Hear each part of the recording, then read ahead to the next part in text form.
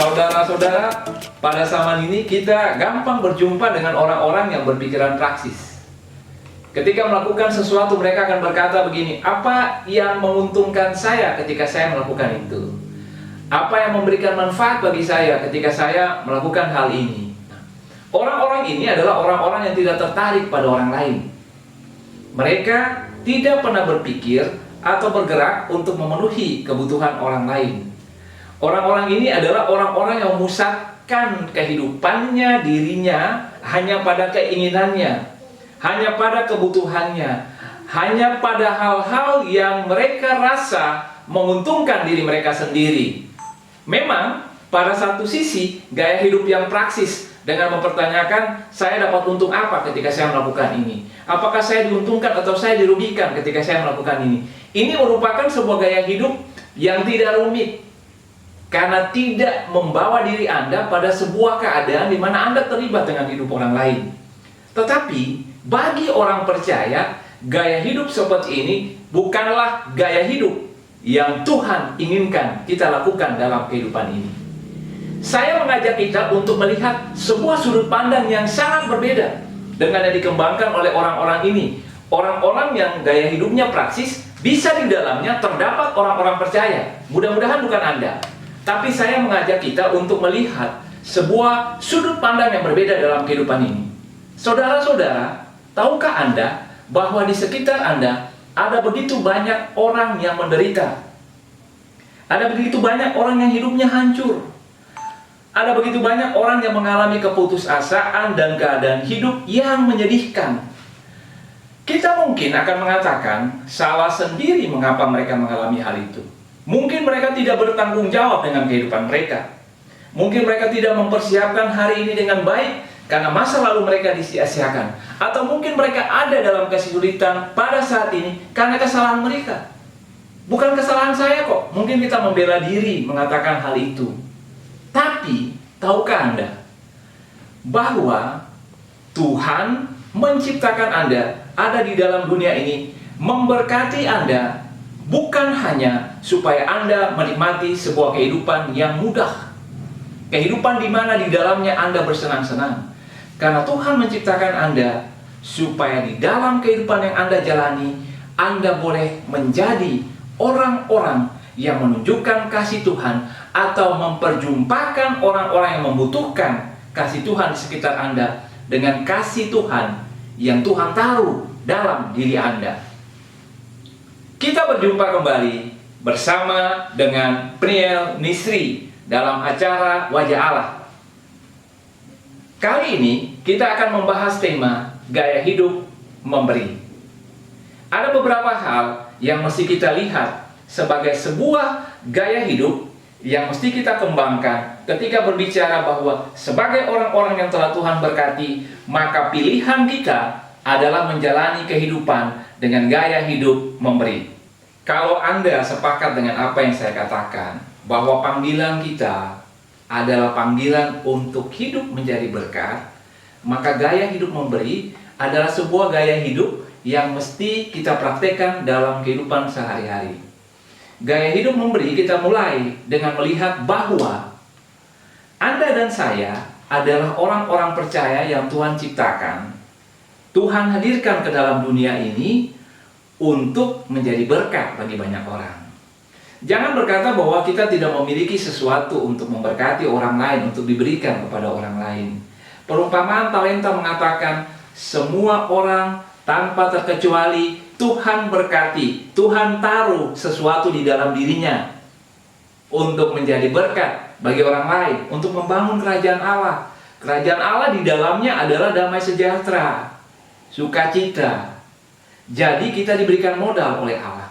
Nah, ketika dikatakan bahwa Tuhan menciptakan dan menghadirkan kita ke dalam dunia untuk menjadi berkat, untuk memberi, maka satu hal yang mesti Anda dan saya camkan adalah bahwa ada berkat-berkat orang lain yang Tuhan taruh dalam kehidupan kita. Saudara-saudara, pernahkah terpikirkan oleh Anda, ada orang-orang di luar sana yang bekerja 8 jam sehari, bahkan mungkin 12 jam sehari, dan upah mereka adalah upah di bawah rata-rata yang bisa Anda terima dengan 3 jam Anda bekerja, 4 jam Anda bekerja. Tahukah Anda mengapa hal itu terjadi? Hal itu terjadi dari sudut pandang iman adalah bahwa Tuhan tengah menaruh hal-hal tertentu di dalam diri Anda untuk memberkati orang-orang itu. Tuhan Yesus selalu mengingatkan para muridnya untuk memberkati orang-orang yang miskin atau orang-orang yang kekurangan. Tuhan mendorong mereka untuk melakukan hal itu bagi orang-orang yang dipinggirkan, tertindas dan tidak diperhatikan. Ketika Anda memahami bahwa Anda diciptakan untuk memberi, maka Anda akan bergerak dalam sebuah arah kehidupan yang selaras dengan kehendak Tuhan. Sebaliknya, ketika Anda menahan kebaikan-kebaikan itu, maka sebenarnya sebagai orang percaya, Anda tengah merampas hak-hak orang lain yang Tuhan taruh di dalam diri Anda. Mungkin Anda mengatakan, oh tidak bisa seperti itu. Saudaraku yang Tuhan Yesus Kristus kasihi, seluruh berkat yang Anda miliki adalah semua berkat yang Tuhan berikan kepada Anda. Anda tidak bisa mengatakan bahwa ini adalah milik Anda dan Tuhan tidak bisa mengganggu-gugat atas milik Anda itu. Mungkin Anda bisa mengatakan hal itu, tetapi pada prinsipnya ketika Anda memahami kekuatan, kesehatan, kesempatan untuk bekerja, bahkan berkat-berkat yang tak terduga datangnya dari Tuhan, maka Anda akan sepakat bahwa ada berkat-berkat Tuhan bagi orang lain yang Tuhan titipkan di dalam kehidupan Anda. Anda diciptakan untuk menjadi berkat, untuk memberi. Itu hal yang pertama. Gaya hidup memberi berarti Anda juga memahami bahwa Anda diberkati untuk memberi. Yang pertama tadi, Anda diciptakan untuk hidup yang memberkati atau memberi. Yang kedua, Anda diberkati untuk Anda memberi. Kejadian 12 ayat 2 bilang begini, Aku akan membuat engkau menjadi bangsa yang besar dan memberkati engkau serta membuat namamu masyhur dan engkau akan menjadi berkat. Ini adalah janji Tuhan kepada Abraham bahwa Tuhan akan memberkati Abraham. Kalau kita mendengarkan bagian Alkitab ini, kita akan mengatakan, oh amin, amin untuk ayat itu. Saya ingin juga diberkati. Tuhan berkatilah saya. Tuhan berikanlah berkat kepada saya. Saudara-saudara yang mau dikatakan begini, memang Tuhan ingin memberkati Anda dan saya. Tuhan ingin dan rindu untuk memberkati Anda. Dan doa Anda tidak salah. Tetapi satu hal yang seringkali kita lupakan adalah kita berdoa untuk memberkati dan kita mengatakan, Tuhan, kapankah engkau memberkati saya sama seperti janji dalam Alkitab tadi? Tuhan mungkin menjawab Anda, kapankah Anda memberkati dengan berkat yang sudah saya berikan? Nah, seringkali kita lupa begini, bahwa kita berfokus pada hal-hal besar yang kita harapkan Tuhan berikan. Kita lupa bahwa sebenarnya dalam hidup ini Tuhan sudah memberikan hal-hal tertentu dalam hidup kita, di mana kita bisa memakainya untuk memberkati orang lain. Kembali, kita mengacu pada perumpamaan talenta. Dalam Injil Matius dikatakan bahwa setiap orang diberikan talenta oleh Tuhan. Entah 1, entah 5, atau entah 10, entah berapapun. Tiap orang tidak ada memulai kehidupannya dengan minus. Tidak ada talenta. Tiap orang memiliki talenta. Berarti ada sesuatu dalam diri Anda yang Tuhan taruh untuk memberkati orang lain. Kerennya, Tuhan sudah memberkati Anda. Anda sudah diberkati. Anda sudah mendapatkan berkat itu. Jangan berkata begini, nanti kalau saya sudah kaya, baru saya akan memberkati dia. Nanti kalau saya sudah dapat pekerjaan, bahwa saya akan memulai komitmen saya untuk melayani orang-orang miskin. Nah, ketika Anda ingin diberkati, bagian kedua daripada gaya hidup memberi adalah Anda diberkati supaya memberi. Prinsip yang mesti Anda kembangkan begini, berdirilah atas berkat-berkat Tuhan yang telah Tuhan berikan kepada Anda. Berdirilah di situ dan mulailah memberkati orang banyak. Mulailah cari kesempatan untuk Anda menjadi berkat.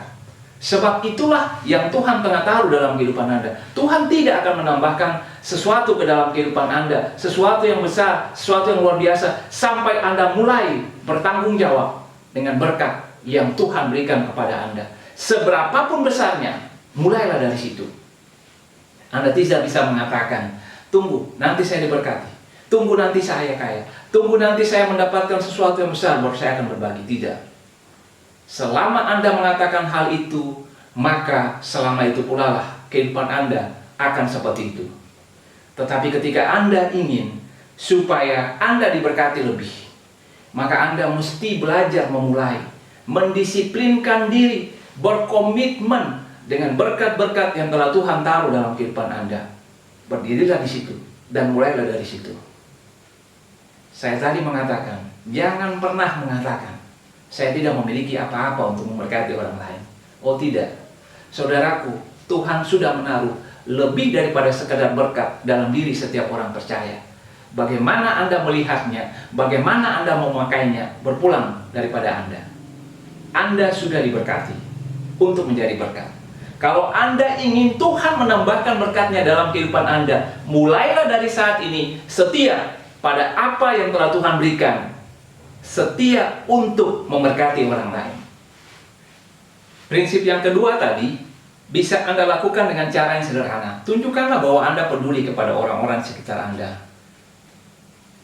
Tersenyumlah kepada orang-orang yang mengalami kesulitan. Tawarkanlah pertolongan kepada mereka. Anda bisa memulai dengan apa yang ada pada diri Anda, bukan pada apa yang tidak ada pada diri Anda. Saudara-saudara, terkadang kita juga bisa menghalangi diri kita dengan mengatakan begini, bahwa kalau saya terus-menerus memberkati dan memberikan, berarti habis dong sumber daya saya. Saya butuh menabung, saya butuh mempersiapkan masa depan saya. Jadi terkadang orang beralasan bahwa dia akan menjadi miskin dengan memberi.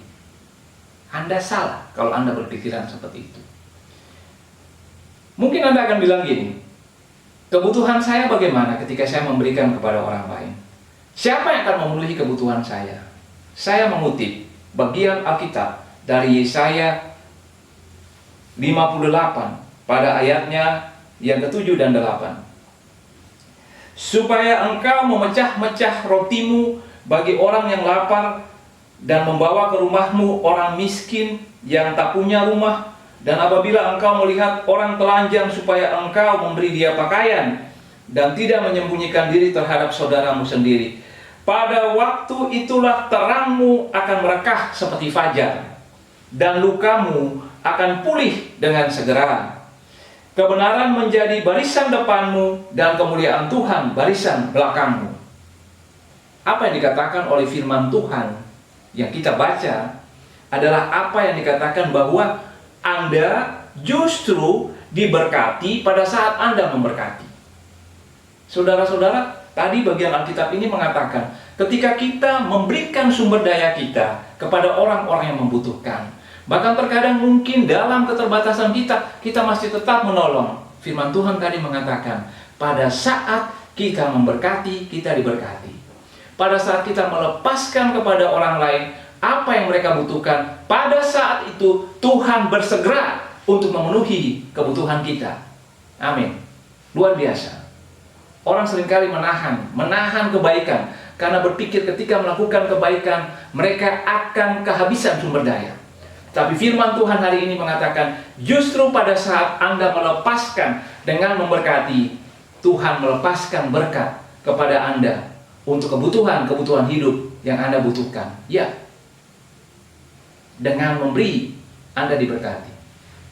Ketika Anda mengepalkan tangan pada saat memberi berkat, menerima berkat Tuhan, bagaimanakah Tuhan bisa memberi? Karena tangan Anda tengah terkepal. Tetapi ketika Anda menerima, Anda membuka tangan Anda, pada saat Anda menerima, Anda melepaskan, Anda siap untuk menerima kembali. Saudara-saudara yang Tuhan Yesus Kristus kasihi, prinsip atau gaya hidup memberi yang ketiga adalah kita mesti memahami, justru pada saat kita memberkati orang lain, memberikan kepada orang lain apa yang paling mereka butuhkan, pada saat itu Tuhan dengan perkenaannya, melepaskan berkat-berkatnya dalam kehidupan Anda sesuai dengan apa yang Anda butuhkan. Firman Tuhan tadi mengatakan seperti itu.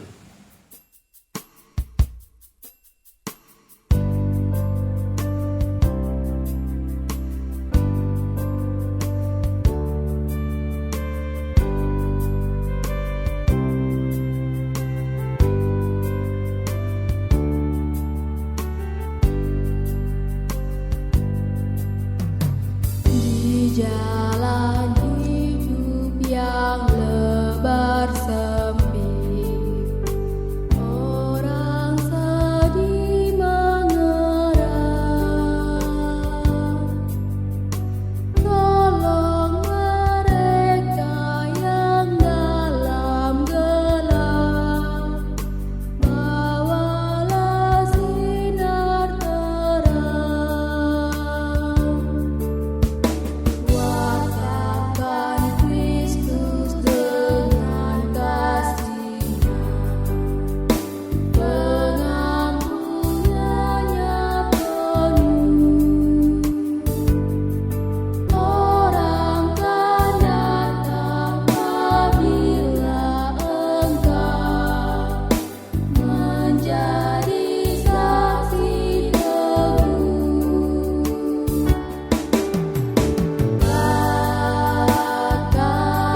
Katakanlah aku jalan berkatmu,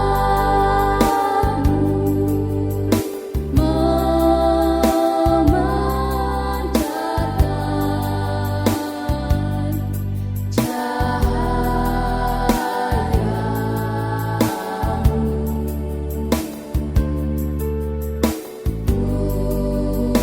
buatlah aku saluran berkat. Lagi siapa yang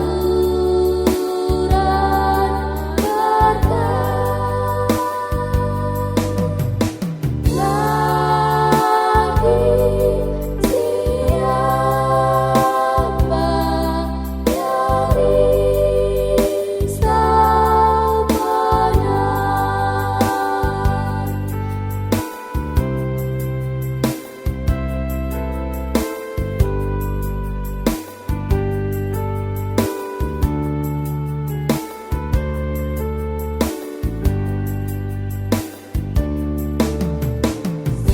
seperti Tuhan yang beri padamu dan mengasihi kau. Beri bantuanmu di mana perlu, Yesus mengutus engkau. Katakanlah aku jalan berkatmu, memancarkan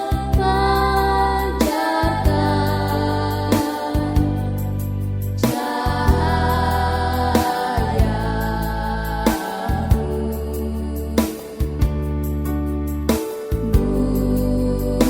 Buatlah aku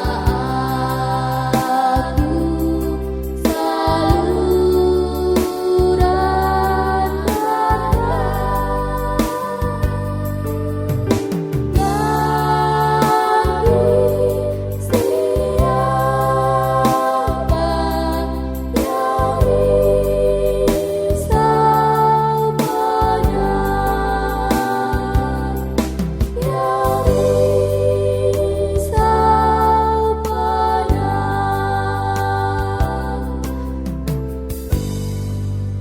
Saya hendak mengingatkan Anda bahwa ketika kita mengatakan kita rindu untuk menyenangkan Tuhan, maka satu hal yang paling menyenangkan Tuhan yang bisa dilakukan oleh orang percaya adalah memberi. Anda boleh menyanyi memuji Tuhan. Anda boleh ada terlibat dalam persekutuan. Anda boleh berdoa dan membaca firman. Itu menyenangkan hati Tuhan. Tetapi yang lebih menyenangkan hati Tuhan adalah ketika Anda bergerak, memberi dan memenuhi kebutuhan orang-orang yang sangat membutuhkan. Kita lihat dalam Matius pasal 25 ayatnya yang ke-31 sampai 36. Bunyinya begini. Apabila Anak Manusia datang dalam kemuliaannya dan semua malaikat bersama-sama dengan Dia, maka Ia akan bersemayam di atas tahta kemuliaannya. Lalu semua bangsa akan dikumpulkan di hadapannya, dan Ia akan memisahkan mereka seorang daripada seorang, sama seperti gembala memisahkan domba dari kambing. Dan Ia akan menempatkan domba-domba di sebelah kanannya dan kambing-kambing di sebelah kirinya. Dan Raja itu akan berkata kepada mereka yang di sebelah kanannya, "Mari, hai kamu yang diberkati oleh Bapakku, terimalah kerajaan yang telah disediakan bagimu sejak dunia dijadikan." Nah, di sini dibilang alasannya. "Sebab ketika aku lapar, kamu memberi aku makan. Ketika aku haus, kamu memberi aku minum. Ketika aku seorang asing, kamu memberi aku tumpangan. Ketika aku telanjang, kamu memberi aku pakaian. Ketika aku sakit, kamu melawat aku. Ketika aku di dalam penjara, kamu mengunjungi aku." Saudara-saudara, pernyataan daripada firman Tuhan tadi adalah perkataan Tuhan Yesus dalam Matius 25 yang mengatakan bahwa perkenaan Allah yang paling tinggi dalam kehidupan orang percaya adalah ketika mereka bergerak dalam kehidupan, melihat ke sekeliling mereka, bertindak atas kehidupan orang-orang yang tengah mengalami penderitaan. Tuhan senang ketika Anda melakukan hal itu. Dan tadi dikatakan bahwa ketika Anda melakukan hal itu kepada orang yang paling hina, yang tidak bisa membalas kebaikan Anda tengah melakukannya kepada Tuhan. Mungkin terkadang kita sebagai manusia, kita melakukan kebaikan dengan mengatakan begini, "Saya melakukan kebaikan kepada dia supaya dia bisa membalas kebaikan kepada saya." Tetapi firman Tuhan mengajarkan kita hal yang sangat berbeda daripada prinsip yang dunia kembangkan.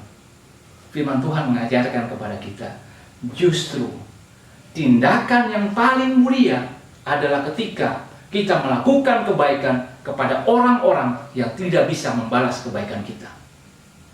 John Bunyan, salah seorang bapak gereja, dia mengatakan begini, "Anda adalah orang yang tidak hidup sampai kemudian dalam kehidupan Anda melakukan kebaikan kepada orang-orang yang Anda temukan dalam kehidupan ini, di mana orang-orang itu tidak bisa membalas kebaikan Anda." Puji Tuhan bila Anda sudah melakukannya. Ketika Anda sudah mempraktekannya, maka Anda selaras dengan apa yang Tuhan kehendaki. Anda tengah menyenangkan hati Tuhan. Anda tengah memuliakan Dia. Sebab orang-orang itu, ketika Anda melakukan kebaikan kepada mereka, mereka tidak mengatakan apa-apa yang lebih tinggi dan lebih mulia. Mereka mungkin memuji dan berterima kasih kepada Anda. Tetapi hal yang paling tinggi, hal yang paling mulia adalah ketika mereka memuliakan Bapa di surga. "Bapa, terima kasih karena aku diberkati oleh si A, si B, si C. Doa mereka adalah berkat bagi Anda." Ini merupakan hal yang luar biasa. Yang terkadang kita lupakan karena prinsip-prinsip dunia sangat bertentangan dengan hal ini. Tapi ingatlah, Anda menyenangkan hati Tuhan ketika Anda melakukan kebaikan bagi orang-orang yang membutuhkannya. Saudara-saudara, semoga Anda masih bersama dengan saya. Gaya hidup memberi bukan merupakan hal yang menyenangkan bagi orang-orang yang berpusat pada dirinya sendiri. Kita akan mengakhiri khotbah ini, tetapi saya masih memiliki satu tantangan kepada Anda. Sebagai orang-orang yang masih bersama-sama mendengarkan khotbah ini, tentunya masih sepakat bahwa kita diciptakan untuk sebuah gaya kehidupan, gaya hidup memberi. Tantangan yang terakhir bagi kita, dan ini tidak menyenangkan. Anda disuruh memberi lebih daripada Anda yang bisa, apa yang Anda bisa berikan. Maksudnya apa? Nah, ada tantangan pada saat kita mempraktekkan gaya hidup memberi dan ini tidak menyenangkan. Tidak menyenangkannya bagaimana?